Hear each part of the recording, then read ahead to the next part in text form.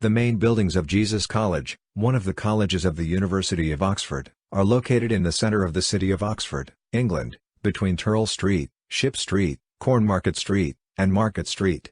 Jesus College was founded in 1571 by Elizabeth I upon the petition of a Welsh clergyman, Hugh Price, who was treasurer of St. David's Cathedral. Her foundation charter gave to the college the land and buildings of Whitehall, a university hall that had experienced a decline in student numbers. Price added new buildings to those of Whitehall, and construction work continued after his death in 1574.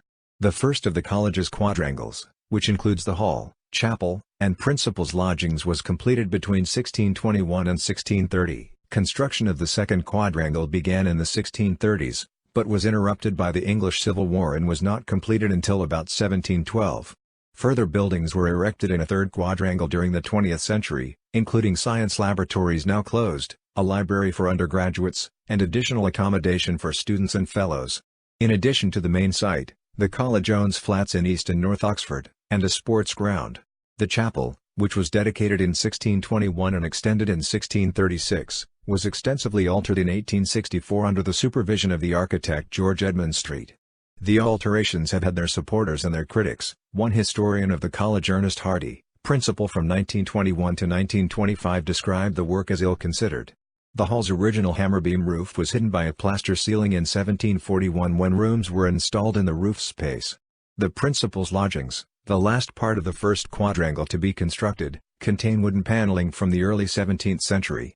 The Fellows' Library in the second quadrangle dates from 1679 and contains 11,000 antiquarian books. It was restored at a cost of £700,000 in 2007. A new junior common room, about twice the size of its predecessor, was completed in the third quadrangle in 2002. Further student and teaching rooms were added in Ship Street, opposite the college, in 2010. 11 parts of the college are listed buildings, including all four sides of the first and second quadrangles.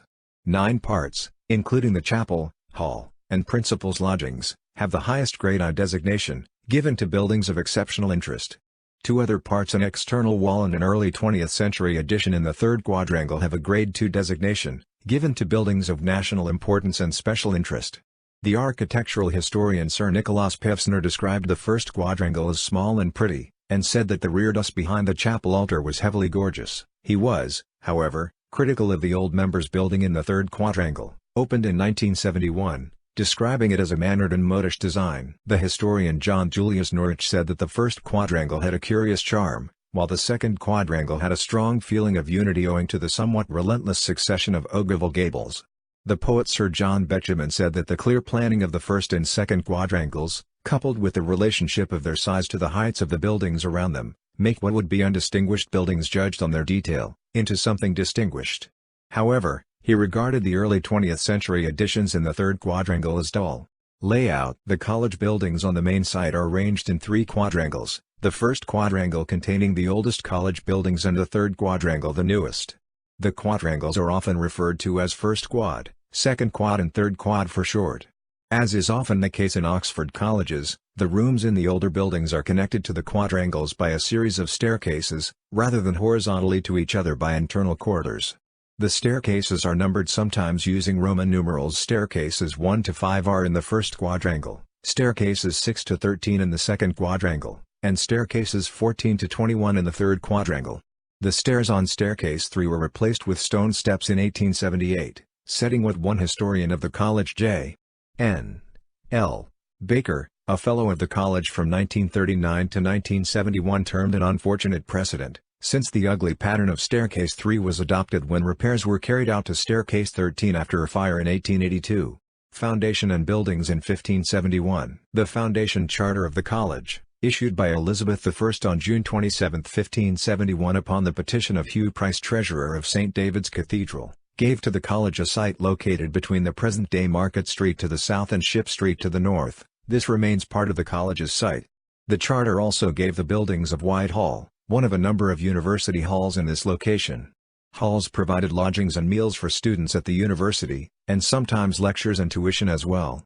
As the system of colleges grew, however, halls declined in popularity and their sites and buildings tended to be taken over by colleges. Whitehall itself had previously belonged to St. Fried's Wide's Priory and dated back to the 13th century. It was described as a large tenement with a great stone gate and was sometimes known as Great White Hall.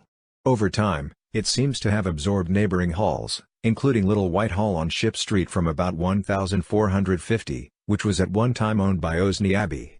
By 1571, however, Whitehall was either completely or virtually deserted by students, making it possible for Price to secure the site for the new college. The college paid a quit rent for the land upon which Whitehall stood to Christ Church, Oxford, which had acquired the assets of St. Freed's Wides Priory. This was initially 26 shillings and 8 pence, but it had been reduced to 8 pence before 1631. It was paid until 1866, when the charge was redeemed. The land was described in Christ Church's records as extending from the street to the Walnut Tree, in breadth from the bowling alley to the mud wall, although no measurements were given. The college also acquired the sites of other former halls in the vicinity, including Lawrence Hall, previously owned by Lincoln College. The last principal of Whitehall, James Charnock, had taken a lease on Lawrence Hall, but was unable to attract sufficient students to satisfy Lincoln College, and so he transferred the lease to Griffith Lloyd, who was principal of Jesus College from 1572 until his death in 1586. Lloyd bequeathed the lease to the college in his will. Part of the college chapel was later erected on the site, which measured 32 by 30 yards 29 by 27 meters. First quadrangle, construction. The first quadrangle is smaller than the later second quadrangle, measuring 93 feet 6 inches by 77 feet 28.50 by 23 meters. The buildings that now surround the first quadrangle were erected in stages between 1571 and the 1620s. The principal's lodgings were the last to be built. Progress was slow because the new college lacked the generous endowments that earlier colleges enjoyed. Before new buildings were completed, the students lived in the old buildings of Whitehall. Between 1571 and his death in 1574, Price spent about £1,501 on the construction of buildings that were 2 stories high. These ran from Turl Street on the east of the site south towards the corner of Cheney Lane as Market Street was then known, and then west along Cheney Lane to the buildings of the old Great White Hall. Land at the corner of Turl Street and Cheney Lane was leased and built upon, and then purchased in 1580. There is a college tradition, recorded in the college's first book of benefactors in the 17th century, that Elizabeth I gave all kind of timber from Shotover and Stow Wood for buildings erected by Price. Until the later building works of Griffith Powell and Sir Eubule Theelwall, principals from 1613 to 1620 and 1621 to 1630 respectively, the college site consisted of a number of smallish, mainly detached buildings with nothing resembling a formal garden layout in between. Ralph Augus's 1578 map of Oxford shows the extent of the buildings at that time. Lawrence Hall is the isolated group of buildings on the corner of Turl Street and Ship Street. There is then a gap along Turl Street before a building positioned south of the current entrance with glazed windows facing Turl Street and a large window or loft door at its north end. Another building then runs to the old Whitehall buildings. The Turl Street entrance appears from Augus's map to date from after Price's death, and the north side of the building on Turl Street may have been integrated into an extension early in the 17th century, although the date of such work is unclear. Price is nevertheless sometimes given the credit for the archway on the inside of the entrance on the first quadrangle. Overall, whilst the structure of the buildings erected by Price remains, only a little of his work can be seen from the outside, after various alterations in the intervening centuries. Nevertheless, his buildings have been said to retain much of their original character. Some land in Ship Street to the west of the college was leased from Exeter College in 1590, and further construction work took place after Powell was appointed principal in 1613. Powell raised money from donors in Oxford, London, and Wales, collecting £838 12s2 in what has been described as an elaborate fundraising scheme, with efforts to attract donations from old members of the college. And Lloyd, the widow of Griffith Lloyd principal from 1572 to 1586, gave £100. Entry Richard Perry, the Bishop of St Asaph, gives £66 13s4d out of the total from Welsh clergy of £78 7s4d. 10 for the old Great Whitehall buildings were demolished around 1620 and replaced, and a kitchen and buttery were constructed. Work also started on building the hall and the chapel under Powell. Both were completed after his death in 1620. Sir Eubule Theelwall, who became principal in 1621, raised £465 15s60 and 5 from donors, including Sir Julius Caesar, the Master of the Rolls, and Edward Littleton, the Recorder of London. This was used for the perfecting of the quadrangle of the building and furnishing of the library.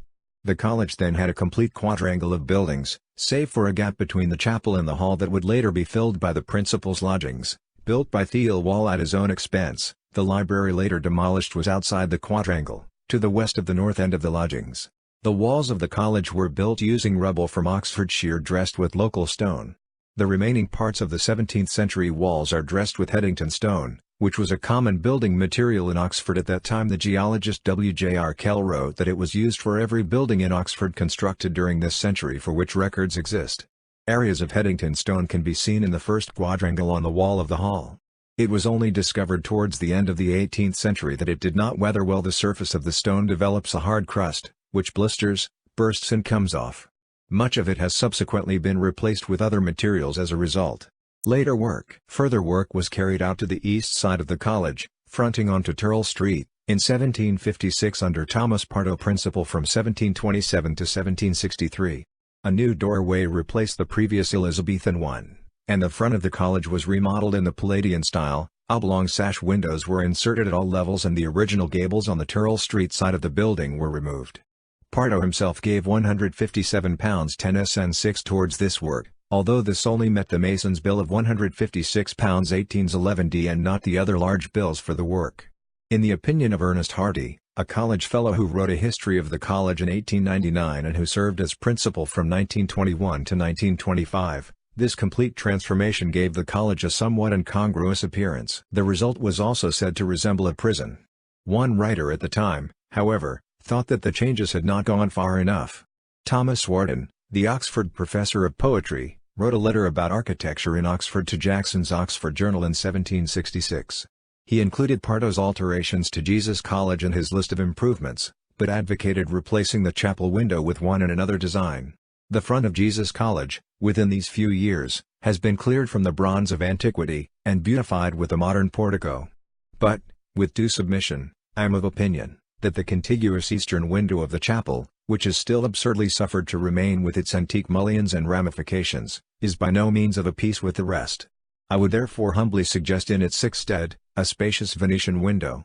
Joseph Hoare principal from 1768 to 1802 gave £207 in total in 1791 and 1792 for repairs in the first quadrangle, part of a general pattern of expenditure upon repair of the older college buildings in the 18th century. In 1815, the original gables in the first quadrangle were removed and replaced with a third story and battlements, matching the lodgings where battlements had been erected between 1733 and 1740. The height of the chapel wall was increased, and many of the windows were altered. The college received advice from the architect John Nash about this work. He requested that, instead of paying him, the college should commission a portrait of him from Sir Thomas Lawrence to hang in the hall. Lawrence depicted Nash in his house in Regent Street, London. The portrait has been described by Lawrence's biographer, the art historian Sir Michael Levy, as pungently vivid. In 1853, under the direction of John Chessel Buckler, architect to the college from 1852 to 1882, the south front of the buildings was restored. The exterior of the buildings on Turl Street was refaced in Bath stone in 1856, with the tower over the gateway being built at the same time.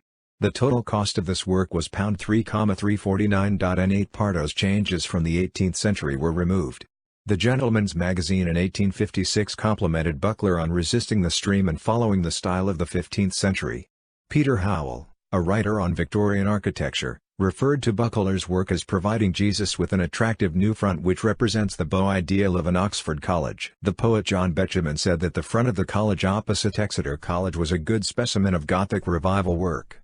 In contrast, the architectural historian Geoffrey Tyack noted that the refacing came not long after the two other colleges in Turl Street, Exeter and Lincoln had been refaced, and commented that Buckler's work, in collegiate Gothic style, completed a process whereby the facades of the colleges in Turl Street acquired a somewhat lifeless homogeneity which they had never possessed in the past. W.J.R. Kell wrote that some of the worst horrors of the Gothic revival cluster on either side of Turl Street. When writing a history of the college in 1891, the vice principal Llewellyn Thomas said that the work was admitted to be very well done, but that there were those who thought that the old Jacobean gateway was more in harmony with the domestic architecture of the college, and more suitable to its position in a narrow street. The stonework on the front of the college was last cleaned in 2000, when the Porter's Lodge by the Turl Street entrance was also rebuilt, to provide better office accommodation for the porters, individual post boxes for students, and greater security.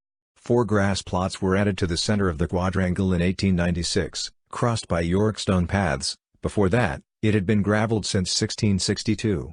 The architectural historian Sir Nicholas Pevsner described the first quadrangle as small and pretty, especially because of the variety of its ranges. He noted the part Elizabethan and part Jacobean architecture on the south side, where Price's building stops. The join between the two, he pointed out, is easily visible in Market Street. The windows in the first quadrangle, he noted, were Elizabethan in style, with mullioned windows and arched lights, arranged symmetrically, whereas the hall windows were Gothic in style. The historian John Julius Norwich wrote that the first quadrangle had a curious charm, due partly to its size and partly due to its several small eccentricities, including the curved path crossing the quadrangle from the entrance to the hall. The architect and designer Sir Hugh Casson, though, thought that the crooked off-axis line of the path was the college's oddest feature. All 4 sides of the first quadrangle are Grade I listed buildings, the highest grade. For buildings of exceptional importance and international interest, the lodgings and chapel on the north side, the hall on the west side, and the buildings on the east and south sides. Chapel, construction and fittings. Construction of the chapel began when Griffith Powell was principal 1613 to 1620. It was finished under Sir Eubule Theelwall, who took office in 1621, with the Bishop of Oxford leading the dedication ceremony on May 28, 1621. Theelwall's portrait, displayed in the hall, shows him holding a roll inscribed a plan of the chapel in Jesus College, Oxford, built by Sir Eubule Theelwall, reflecting the fact that he was the main donor towards the chapel's construction. There are 4 windows facing the quadrangle in the perpendicular style. Seats were added in 1633, and it was extended in 2 directions in 1636. The east end was moved to reach Turl Street, a new east window was added and the previous window was converted into an arch. At the other end, the entrance was moved further to the west. Sir Charles Williams of Monmouthshire, South Wales, paid £209 towards the final bill of £211.10. The architectural historian Giles Worsley has described the chapel's east window as an instance of Gothic revival architecture, rather than Gothic survival. Since a choice was made to use an outdated style, classical architecture had become accepted as the only style in which it was respectable to build. The window has 7 main sections, lights topped with 5-headed flower shapes, or cinquefoils, and tracery running vertically. The chapel is one of various buildings at the universities of Oxford and Cambridge from the first half of the 17th century where Gothic designs were deliberately chosen in preference to classical. Other examples are the chapel of Lincoln College, Oxford, the chapel windows and hall roof at Wadham College, Oxford, and the library of St John's College, Cambridge, where the library of 1624 was built with Gothic windows, since some men of judgment preferred the old fashion as it was most meet for such a building. Similarly, the artist and art historian Eimer Valence, writing in 1908, said that Gothic architecture, though ailing and doomed, lingered longest at Oxford University, adding that the chapel windows of Jesus and Wadham were almost as astonishing for their period as the magnificent 1640 fan-vaulted entrance to the Hall of Christ Church, Oxford, built nearly 300 years after fan vaulting had been used in the cloisters of Gloucester Cathedral. The only examples of classical style in Oxford before the Civil War were Archbishop Laud's Canterbury Quad at St John's and a few gateways such as those at the Botanic Garden by Nicholas Stone. Cambridge had even less. The chapel has not been universally appreciated. However, the antiquarian and archivist Rolly Lascelles wrote in 1821 that, accepting that it was built by private contributions from the gentry of Wales, it would be cruel to say anything about it. The chancel measures 16 feet 6 inches by 22 feet 9 inches 5.03 by 6.93 meters, and the main body of the chapel measures 52 feet 6 inches by 22 feet 16 by 6.7 meters. A London merchant, Lewis Roberts, gave some hundreds of white and black marble stones, towards ye paving of the upper part of the chapel, according to Francis Mansell in his inventory of 1648. It is unclear when these were added to the floor. Some are still in position, although others were removed in the 1864 renovation. The oak pulpit dates from the early 17th century, and has molded rectangular panels. There is a bell turret on the west end of the roof, which has trefoil-shaped openings on the west and east sides, and panels decorated with trefoils on the other 2 sides. It was built in about 1915, replacing an earlier turret of similar shape. The porch at the chapel entrance was moved to its present position when the chapel was extended in 1636. The door jambs are molded, as are the tops of the columns. The arch is divided into segments, with a rose in the left spandrel and a thistle in the right spandrel. The use of the rose and thistle, national emblems of England and Scotland respectively, in this way dates the porch to the reign of King James I, who used these flowers, halved, as his badge after his accession to the English throne in 1603. Molded brackets support the entablature, within which the pediment contains palms and cherub heads in the tympanum. The Latin inscription above the archway is Ascendit Oratio Descendit Gratia, let prayers ascend, and grace descend. The original entrance was covered up when the chapel was extended. It was only rediscovered when the chapel was refaced in Bath stone in 1869. Jonathan Edwards' principal from 1686 to 1712 is reported to have spent £1,000 and 11 during his lifetime on the interior of the chapel, particularly in the chancel at the east end, but also including the addition of a screen separating the main part of the chapel from the antechapel at the west end in 1693. The screen bears the coat of arms of Sir Leland Jenkins, principal 1661 to 1673 and, until 1899, also bore Theobald's coat of arms. His arms were moved to a position above the door where, says one writer, they can scarcely be seen when an organ by J. Binns was installed in the antechapel in 1899. The current organ, by William Drake, was installed in 1994 to replace the Binns organ. The screen has open ovals rather than blank ovals, an example, said Pevsner, of the importance given to openwork carving in the later 17th century. After the installation of the screen, little changed in the chapel until the middle of the 19th century, save for some donations of items such as a brass desk and 2 silver candlesticks. Victorian changes. In 1853, Henry Ffoulkes, principal 1817 to 1857, the Fellows of the College and the incumbents of most of the livings within its gift donated £350 tens for stained glass by George Hedgeland to be added to the east window. The final cost was £399. And 12. It shows various biblical episodes, including 3 instances of Christ raising people from the dead, the daughter of Jairus, the son of the widow of Nain, and Lazarus. There are also pairs of scenes from the New Testament and the Old Testament to demonstrate the typological relationship between them. For example, the Passover is paired with the Last Supper, Jonah escaping from the whale with the resurrection of Jesus, and the ascension of Elijah with the ascension of Jesus. Pevsner described it as a busy, somewhat gloomy piece with many small scenes. A copy of Guido Reni's painting St. Michael subduing the dragon, which had been presented to the college by Thomas Bulkeley, 7th Viscount Bulkeley, a student who matriculated at the university in 1769, had previously been hung in front of the east window. When the stained glass was installed, the painting was moved to the antechapel. It was moved to the south wall of the chancel when the Binns organ was installed.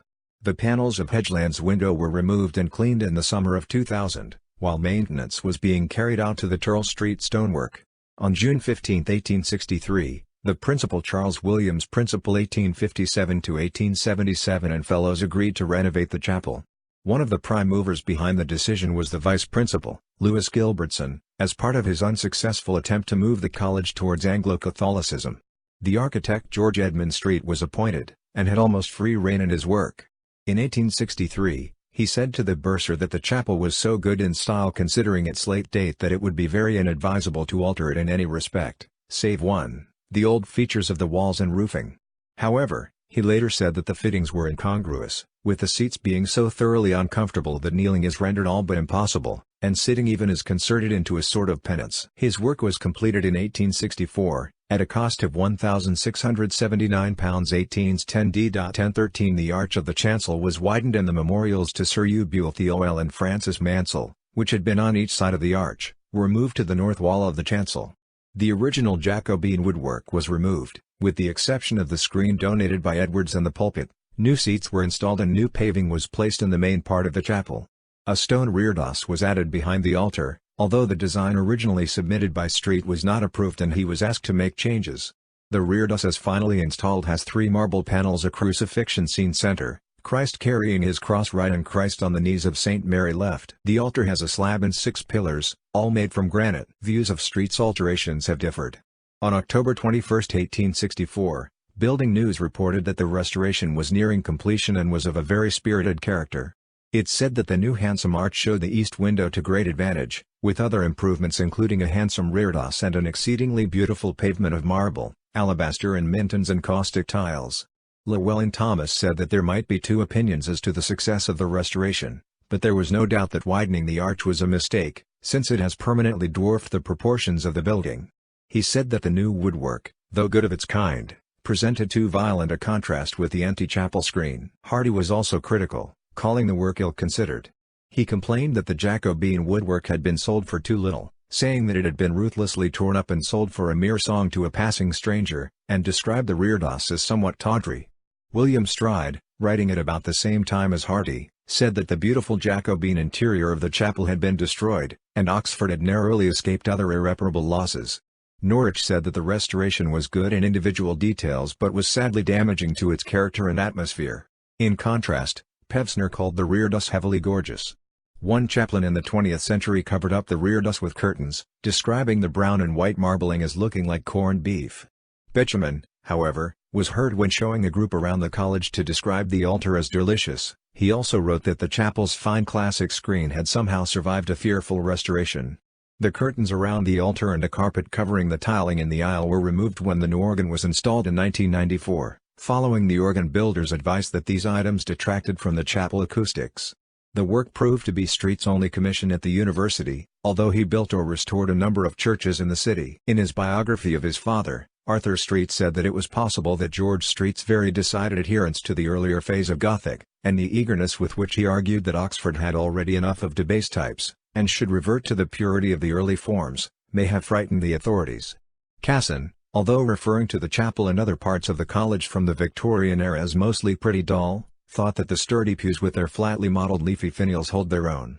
The woodwork removed by Street was sold for a nominal sum, with the condition that it could only be used for a hall, chapel or library. Some pieces ended up in the library and chapel of Forest School in Walthamstow, East London, an institution that previously had no link to the college. Panels under the communion rail were also removed from the chapel, even though Street had reported to the college that these carvings were the only portion of the chapel woodwork with any real value, and had suggested at one point reusing them in connection with the ante-chapel screen and the adjoining seats. Some of the woodwork was transferred to St Edern's Church, Bodaitern, in Anglesey, which had links with the college from 1648 until the church in Wales was disestablished in 1920. Some of the panels may also have been reused in the Fellows Library in the second quadrangle. Other paneling at Bodaitern came from the college, but not apparently from the chapel, and so may have been from a disused library gallery. Memorials. The chapel contains monuments to several former principals. In addition to those of Sir Eubule Thirlwell and Francis Manslaughter located to the north wall of the chancel, there are monuments to Sir Leland Jenkins, who is buried in the chapel, William Jones, Jonathan Edwards, Thomas Pardoe, Joseph Hoare, Henry Ffoulkes, Charles Williams, and Daniel Harper. Thirlwell's monument is one of the few in Oxford to include kneeling figures.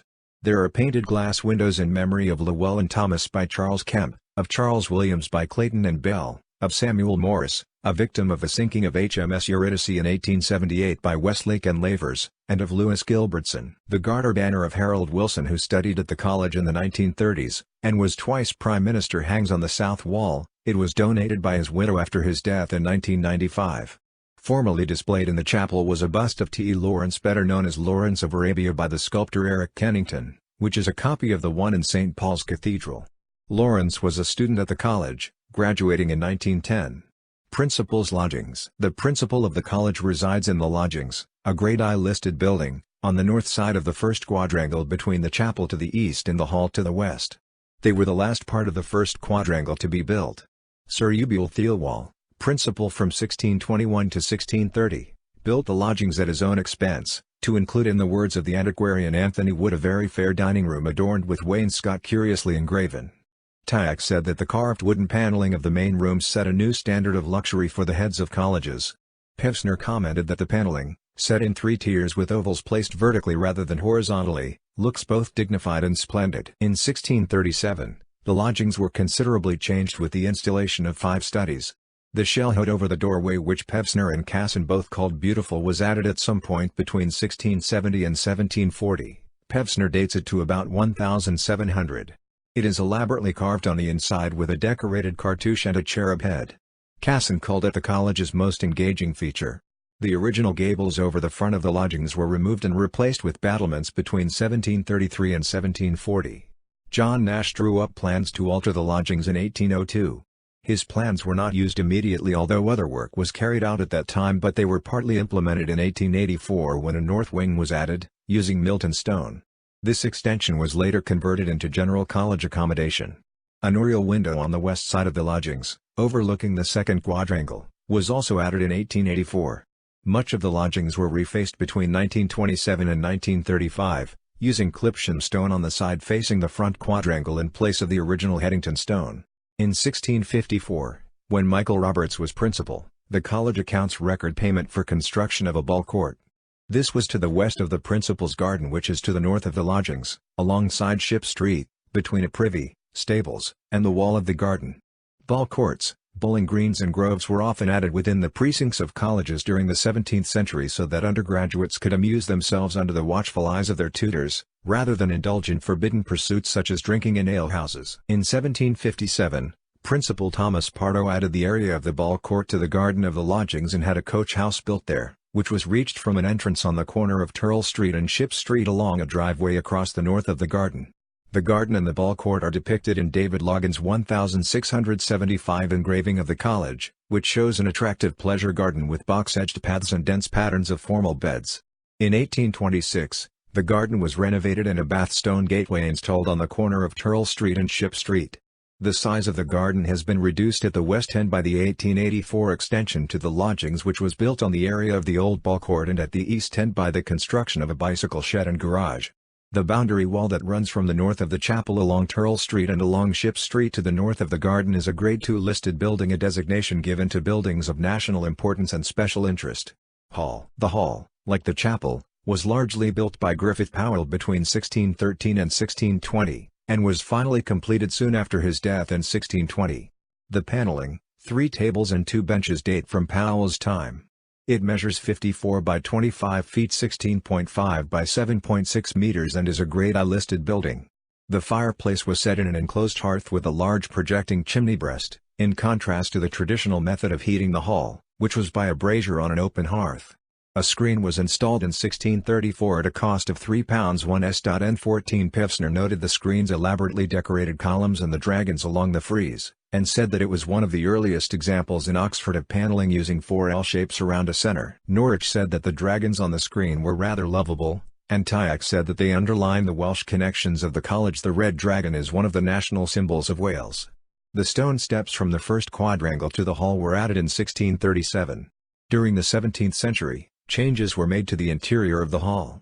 Windows painted with various coats of arms were removed and a bay window was added on the west side. Pevsner commented that the hall windows themselves are different from all other 17th-century Gothic windows in Oxford except for the exactly contemporary hall bay window of Exeter. In 1741 and 1742, a total of £423 17s 4d and 15 was spent on the hall, which included the cost of covering the oak-beamed roof with plaster and making rooms in the original roof space. Writing in 1891, Llewellyn Thomas noted that the plaster roof was added to create attic rooms to increase the accommodation of the lodgings. He expressed the hope that the hall might soon regain its original proportions, following the enlargement of the lodgings a few years previously. This has not happened, and the plaster ceiling remains. However, in 2003, partitions between the rooms were knocked through to convert them into teaching rooms, and the renovations enabled the upper part of the hall's hammer beam roof to be seen from inside the rooms. Pevsner described the 1741 cartouche on the north wall, which contains the college crest, as large and rich. Tyack noted the lively Rococo plasterwork of the flat ceiling. In the early 19th century the east and west sides of the hall were crenellated, and the roof was reslated. A clock was installed on the external wall of the hall in 1831 by the principal Henry Ffoulkes. There is a college tradition that students aim a champagne cork at the clock after finishing their final university examinations. Hitting it is supposed to mean that the student will obtain a first-class honors degree. An extensive fire on December 4, 1913 threatened to destroy the hall before it was brought under control. In the rebuilding work that followed, a gallery was added to the hall, with the balustrade joining the 1634 screen. The hall contains a portrait of Elizabeth I, as well as portraits of former principals and benefactors. There are also portraits by court artists of 2 other monarchs who were college benefactors, Charles I by Anthony van Dyck and Charles II by Sir Peter Lely. It has been said to be among the most impressive of all the Oxford College halls, with its fine paneling, austere ceiling, and its notable paintings. Second Quadrangle. Expansion and the Civil War. Francis Mansell, who was appointed principal in 1630, raised hundreds of pounds from donors towards the building of a second quadrangle in 1640. Buildings along part of the north and south sides were completed at this time, and in 1638 he purchased some land known as Coggan's Garden adjoining Market Street for £90, and 16, upon which much of the west side of the second quadrangle was later built. The college also unsuccessfully proposed to the city council in 1638 that it should be permitted to expand to the north by closing Ship Street and purchasing the council's properties there. According to his successor and biographer, Sir Leland Jenkins, Mansell had sufficient benefactors to be able to complete the quadrangle, including the construction of a library on the west side, but the outbreak of the English Civil War in 1641 put paid to his plans. Welsh tenants who supported Charles I refused to pay rent to the college after Michael Roberts was installed as principal in 1648 by the Puritan regime, leaving the college on the verge of financial collapse. Overall, the college was reduced to administrative chaos, and in 1660 it was said to be in a shattered condition, having suffered a decade of corruption and internal strife quite unique in Oxford during the Revolutionary period. The college obtained further land on Market Street in 1675, and building work began again in 1676. Sir Leland Jenkins built the library on the west side, which was completed by 1679. After further land was obtained to link the Market Street and Ship Street sides of the college, further rooms, including what is now known as the Senior Common Room (SCR), were built at the instigation of Jonathan Edwards, principal from 1688 to 1712 to complete the inner quadrangle. The project was completed just after his death in 1712. Work to add a ceiling and wainscoting in the SCR took place in 1736, at a cost of £52 4s 5d, N17, with the walls to the west of the college placed further back to enlarge the common room's garden and increase the light. Some minor work to repair and restore the walls has been carried out using Dolting stone. The second quadrangle is larger than the first quadrangle, measuring 103 feet 6 inches by 94 feet 6 inches, 31.55 by 28.80 meters. The central plot of the quadrangle was filled with gravel from at least 1695, grass was laid in 1859. All four sides of the quadrangle are Grade I listed buildings. Pevsner described the second quadrangle as a uniform composition, noting the regular fenestration by windows with round arched lights, their hood molds forming a continuous frieze. The Dutch gables have ogee sides and semicircular pediments. Norwich described the second quadrangle as having a strong feeling of unity owing to the somewhat relentless succession of ogival gables, adding that one is grateful for the projecting bay, oriel, chimney breast and clock on the east side for breaking the monotony. He pointed out that it was almost a carbon copy of the front quadrangle of University College, Oxford, which was begun in 1634. In describing University College, he wrote that there are the same two light windows, the same continuous rising and falling head molds on the 3 stories, even the same oddly shaped gables as in Jesus College. Tyack, too, said that the gables were clearly influenced by University College. The writer Simon Jenkins said that the quadrangle has the familiar Oxford Tudor windows and decorative Dutch gables, crowding the skyline like Welsh dragon's teeth and lightened by exuberant flower boxes. Betjeman, describing the first and second quadrangles, said that they had what looked like Cotswold manors on all sides, adding that the clearness of the planning of Jesus College and the relation of the heights of the buildings to the size of the quadrangles make what would be undistinguished buildings judged on their detail, into something distinguished. The 19th-century antiquarian Roly Lascelles, however, described the ogee gables as dismal and called for them to be cut down into battlements crenellations to match those on the hall bay window. He went further, saying that this whole college requires to be Gothicized, as it is called, that is, mannered into the pointed style. It is a good subject for it. Casson said that the second quadrangle was much the same mixture as the first, but looked a bit cramped and stiff. Fellows Library. What is now called the Fellows Library, on the west side of the second quadrangle, dates from 1679. It was built by Sir Leland Jenkins, appointed principal in 1661, one of the project's donors. It replaced the college's first purpose-built library, built by Sir Eubule Theelwall to the west of the hall, in line with the lodgings, on the north side of what is now the college's second quadrangle. Until that time, the books had been kept in rooms above the kitchen and buttery. Theelwall's library appears to have been built over a covered walkway, with rooms for students above it.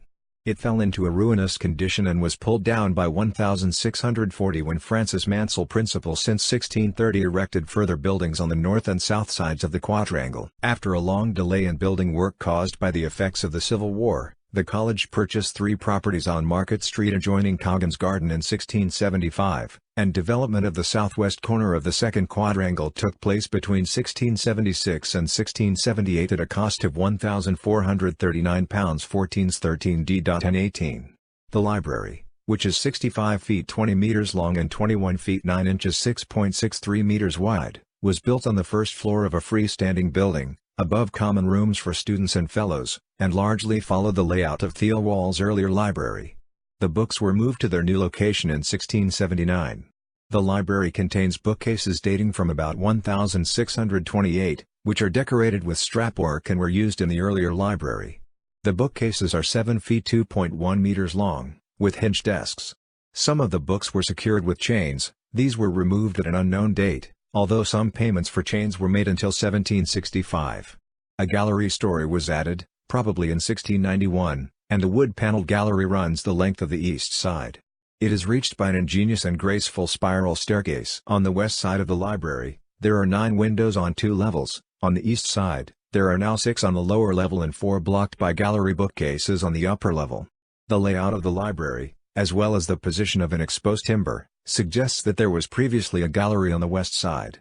If so, it was not used after 1800, when the library was rearranged. It may have been removed and transferred to St. Edern's, Bodaitern, along with some woodwork from the chapel after streets renovations, with other sections of the chapel woodwork reused in the East Gallery. Some of the carved patterns in the gallery are identical to those in Bodaitern, and some of the gallery panels have been cut to fit their position, or are loose-fitting or upside down, suggestive of repositioning from a previous location. Hardy's opinion was that, if only it had an open timber roof instead of the plain ceiling, it would be one of the most picturesque college libraries. Another author said in 1914, after the provision of a library for undergraduates elsewhere in the quadrangle, that it was one of the most charming of Oxford libraries, and one of the least frequented. The window at the south end has 4 lights. Pevsner noted that it was Gothic in style, despite the date of construction. Simon Jenkins said that the library is a delight. Benjamin wrote in 1938 that the woodwork, the brown leather of the books, the clear windows and the slim height of the room make it one of the best little-known sights of Oxford. The library holds 11,000 antiquarian printed books and houses many of the college's rare texts, including a Greek Bible dating from 1545 and signed by Philip Melanchthon and others, much of the library of the scholar and philosopher Lord Herbert of Cherbury, and 17th-century volumes by Robert Boyle and Sir Isaac Newton. The library also holds the undergraduate thesis of T. E. Lawrence of Arabia, entitled The Influence of the Crusades on European Military Architecture to the End of 12th Century. The college launched a restoration appeal in 2007 for work that was anticipated to cost £700,000.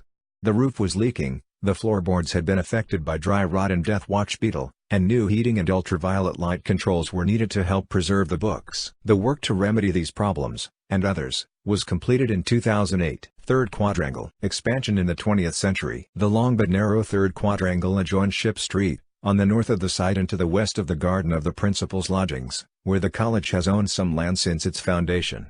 In the 18th century, this was home to the college stables. A fire in 1904 led to the demolition of the stables and the gateway to Ship Street.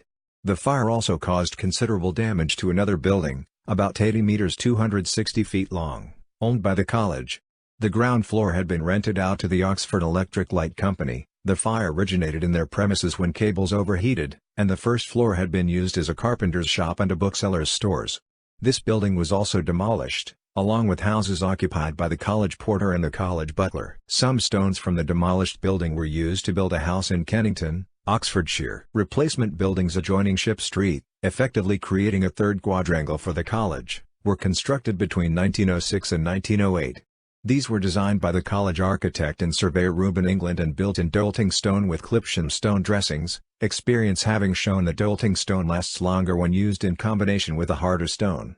The buildings, which have been given a Grade II listing, have been said to be keeping with the medieval look of the college as refaced by Buckler in the 19th century. However, Howell's description of England's work on Ship Street is that the design was in an almost comically traditional style, and Benjamin thought that the buildings were dull. Casson described the third quadrangle as a long, narrow court with a jumble of 19th and 20th century buildings trying a bit too hard to be interesting.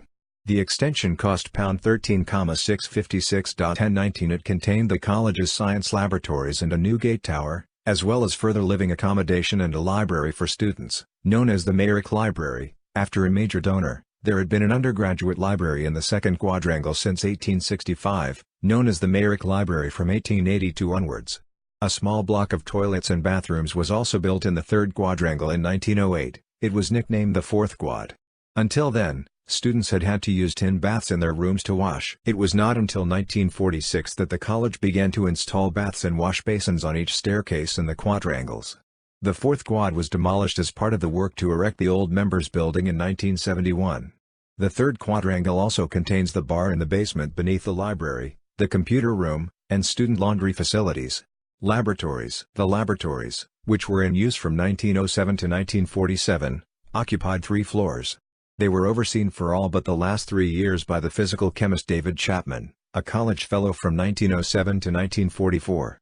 At the time of their closure, they were the last college-based science laboratories at the university. They were named the Sir Leland Jenkins Laboratories, after the former principal of the college. The laboratories led to scientific research and tuition, particularly in chemistry, becoming an important part of the college's academic life. The brochure produced for the opening ceremony noted that the number of science students at the college had increased rapidly in recent years, and that provision of college laboratories would assist the tuition of undergraduates, as well as attracting to Jesus College graduates of the University of Wales who wished to continue their research at Oxford. The laboratories became unnecessary when the university began to provide centralized facilities for students. They were closed in 1947. The college then converted the laboratories along with other rooms in the buildings adjoining Ship Street into further accommodation for students and fellows, as well as relocating the Mayrick Library and providing a separate library for Celtic studies. The total cost was £25,000.20. Old Members Building and Junior Common Room. The Old Members Building, which contains a music room, 24 study bedrooms and some lecture rooms, was built between 1969 and 1971, and designed by John Fryman of the Architects Design Partnership. It was built after a fundraising appeal to old members to mark the college's quartercentenary, and was opened by Charles, Prince of Wales, in 1971. When the plans for the building were being drawn up, the college stated that it was prepared to sacrifice some accommodation to obtain a scheme of architectural merit. The result is a concrete building, faced with grit-blasted concrete and, as elsewhere in the third quadrangle, Clipsham limestone. Part of the ground floor is an extension at the rear of W. H. Smith on Cornmarket Street, and so access is at first floor level. The windows, which project from the bedrooms in a V-shape, were said to have been intended to reflect the intricacy of the older building, and to help improve the views from within. Pevsner was critical of the use of canting in the design. He wrote that the entrance was reached by staircases set diagonally, which is typical of the building, and that Fryman had succumbed to the canting fashion of today: canted back, canted exposed supports on the entrance floor, canted base to the 2 upper floors. He called it a mannered and modish design. Tyack referred to the building's brutalism. Norwich said that it displays an antipathy to the right angle that makes the front quad look positively Pythagorean. Another reviewer, though, said that whilst the building tried too hard to be Oxford with quirky and derivative details, the design made ingenious use of minimal space and filled a drab corner with something lively and intimate. Overall, the review concluded, the virtues of the building overcame its faults. A conference room, known as the Habakkuk Room after a former principal, was added in 1989. The Old Members Building is connected by a bridge, Pevsner adding, of course it runs diagonally to further college rooms above shops on Ship Street. These were added in 1908 to 1909 and were also designed by England. Pevsner noted the 4 symmetrically grouped gables. There are also some student rooms above the shops in Cornmarket Street, some of which were refurbished in 2000. In 2002, a 2-year project to rebuild the property above the shops on Ship Street was completed. As part of the work, carried out by the architects Maguire Co., the bottom floor was converted from rooms occupied by students and fellows into a new junior common room JCR, to replace the common room in the second quadrangle, which was by then too small to cope with the increased numbers of students. The new JCR, about twice the size of the previous one, can be partitioned into smaller rooms or kept open for large meetings. There is also a kitchen, a student committee room and a glazed conservatory extending onto the adjoining terrace. Above the JCR are 3 floors of new student rooms. The 2 rooms of the old JCR, each of which contain war memorials, have been converted into seminar and meeting rooms, and are now known as the Harold Wilson Room and the Memorial Room. Fellows Garden. The Fellows Garden runs behind the west side of the second quadrangle. Behind the SCR, it can be reached from there or from the third quadrangle. It dates from 1683, when £360.21 was spent on making a garden. It would have been about 100 feet 30 meters long and between 10 to 20 feet 3.0 to 6.1 meters wide, but a further purchase of land in 1735 extended its length to about 170 feet 52 meters. It is now overshadowed by adjoining buildings including the old Members Building. Former college archivist, Bridget Allen, has described it as a kind of gated tunnel between high buildings, paved, scattered with seats and tables, and filled with gloomy foliage of the purple-leaved plum. Other buildings. The college purchased 10 acres (0.040 square kilometers, 0.016 square miles) of land in East Oxford near the Cowley Road in 1903 for use as a sports ground. The 1905 pavilion was replaced in 1998 by a new pavilion on the opposite side of the sports ground. The old pavilion is now used as a table tennis room ground floor with a 3-bedroomed flat for graduates above. Residential accommodation was first built at the sports ground in 1967. Thielwall House, rebuilt in 1998, with additions between 1988 and 1990. Hugh Price House and Leland Jenkins House. Writing in 1974, Pevsner said that Thielwall House was one of the recent college buildings that deserved note. A further development, known as Hazel Court after Alfred Hazel, principal 1925–1944, was built in 2000, bringing the total number of students who can be housed at the sports ground to 135. Writing in the Royal Institute of British Architects Journal in 2002, Jeremy Melvin praised the architects of Hazel Court, Maguire Co., for their crispness of detail and richness of composition. He said that the sense of ordered space recalls the way in which the traditional collegiate quads gave architectural expression to the then new idea of a university. He noted that, whilst the first impression of the houses was Elizabethan with the air of a courtyard garden, closer inspection reveals a contemporary design sensibility. There was, he wrote, the impression of an order that comes from making the construction explicit whilst combining sensitivity to function and use. However, he commented that whilst there was plenty of space inside, the furniture would not look out of place in a motorway hotel. Donations from Edwin Stevens, an old member of the college, enabled the construction in 1974 of student flats at a site in North Oxford on the Woodstock Road, named Stevens Close in his honour. The flats were opened by Elizabeth II in 1976. The college also owns a number of houses on Ship Street, which are used for student accommodation. It has purchased a further site in Ship Street at a cost of £1.8 million, which will be converted at a projected cost of £5.5 million to provide 31 student rooms with en-suite facilities, a 100-seat lecture theatre and other teaching rooms. The site includes a bastion from the Oxford City Wall, which is a scheduled ancient monument. The plans provide for the inner curve of the bastion to be used as a featured alcove in the ground floor reception area and for study bedrooms on the upper floors. The Ship Street Centre was officially opened by the Chancellor of the University of Oxford, Lord Paton of Barnes, on September 25, 2010.